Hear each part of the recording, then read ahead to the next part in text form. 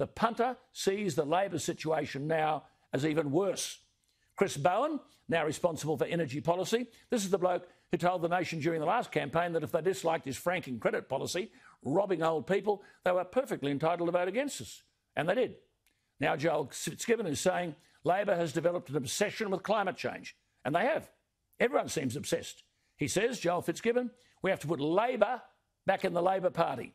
Quote, dig ourselves out of the climate change hole we've dug for ourselves. And he joins us. Joel Fitzgibbon, thank you for joining us. I mean, none of this is straightforward. What is the simple problem? Well, as you said, and as I've said before, Alan, this is not a good government we are up against, but we are still struggling and we will continue to struggle until we demonstrate to all of those voters who have deserted us over the course of a couple of elections now that we've learned our lessons.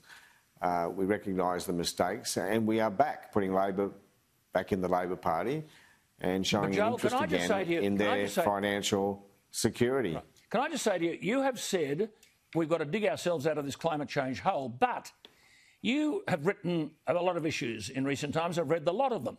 You wrote at the end of last week that Labor must reaffirm its commitment to net zero emissions by 2050, and you said now an almost universal consensus. Now, I could quote you Dr. John Christie, a climatologist from Alabama, Dr. Charles Wax, the former president of the American Association of State Climatologists, Stanley B. Goldenberg, a meteorologist at the US National Oceanic and Atmospheric Administration, William Kinnenmonth, a former head whom you know of the National Climate Centre within the Australian Bureau of Meteorology, Dr. David Evans, a consultant to the Australian Greenhouse Office, Dr. Richard Lindsay, and it goes on and on and on. None of them believe there is a consensus of thousands of scientists on the global warming issue.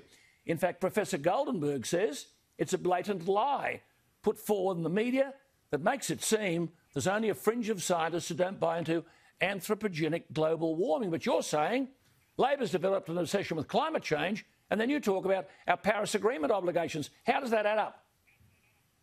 Well, Labor had developed an obsession with climate change. There is no doubt about that. We moved from being the party of the worker to the party of climate change. We seem to talk about nothing else. Now, I'm a believer, I'm not a scientist, Alan, obviously, but I'm a strong believer in the precautionary principle. If there are enough scientists telling you that you have a problem, then it's wise to start doing something about it early rather than later. But the consensus I was talking about is the movement to this zero net emissions. Now you have the UK, Germany, France, Spain, China, Japan, South Korea, New Zealand. They're lemmings. I mean, they're lemmings. Bjorn Lomborg, Joel, Bjorn Lomborg has said last week, Joe Biden's climate alarmism is almost entirely wrong. Dr. Bjorn Lomborg, World Authority. Policies like Paris will fix little at a high cost. And he said, talking about cost, the cost estimate of what you're talking about, Labor's commitment to net zero emissions by 2050, Lomborg says the average best case cost is 16% of GDP. Now, for the United States, that's $5 trillion a year. For us, it's $220 billion.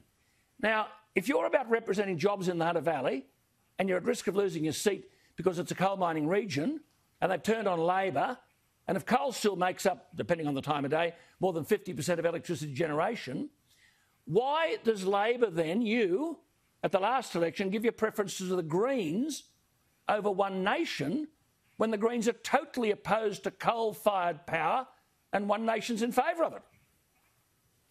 Well, everyone in Canberra knows, Alan, I'm no fan of the Greens, but as you know very, very well, Alan, even on a bad day in Hunter, the Labor Party's preferences are never distributed.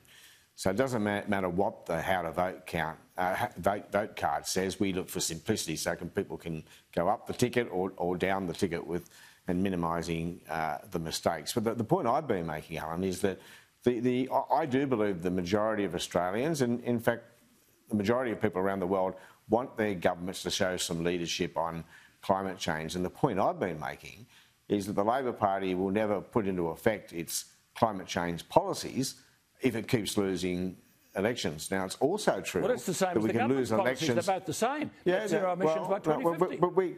But we could also, well, good point. Scott Morrison effectively today also committed to net zero emissions. But we could also lose elections by not taking sufficient action on climate change. And what I've been arguing is that Australia should take sufficient action to meet the international obligation that Malcolm Turnbull signed us up to. And as 1.3% of global emissions, we need to do no more than that by obligation. That doesn't mean that we can't strive to do more. But remember the net...